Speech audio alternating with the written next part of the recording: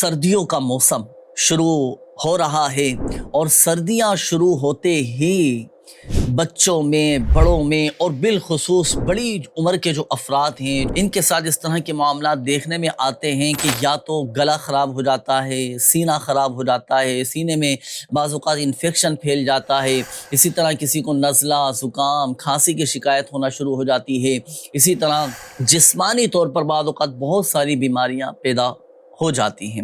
اللہ پاک تمام مریضوں پر اپنا رحم و کرم فرمائے، فضل فرمائے۔ پہلے تو میں آپ کو ایک وظیفہ عرض کرتا ہوں کہ سردیوں میں خصوصیت کے ساتھ اپنے بچوں پر یہ وظیفہ پڑھ کر دم کرنا ہے۔ وظیفہ کیا ہے؟ 3 مرتبہ سورۃ الفاتحہ، جسے سورۃ الشفا بھی کہا جاتا ہے، اس کا ایک نام سورۃ الدعاء بھی ہے اور ایک نام سورہ شافیہ بھی ہے کہ یہ سورۃ شفا دینے والی ہے۔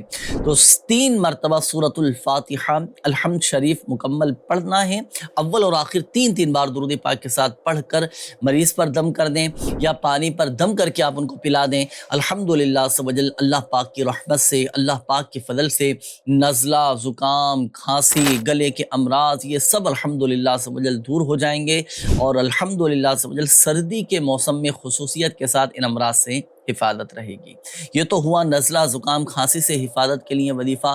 اب سردی کے اس ٹھنڈ کے موسم میں بعض اوقات لوگوں کے سینے بڑے خراب ہو جاتے ہیں، تو سینے کے امراض سے، سینے کے انفیکشن سے، سینے کے درد اور تکلیف سے محفوظ رہنے کے لیے اونلی 75 ٹائمز، صحیح ہے، صرف 75 مرتبہ اول اور آخر درود پاک کے ساتھ لا الہ الا اللہ، لا الہ الا اللہ، لا الہ الا اللہ یہ پڑھ کر اپنے سینے پر دم کر لیں۔ الحمدللہ عز و جل اللہ پاک کی رحمت سے شفا حاصل ہوگی۔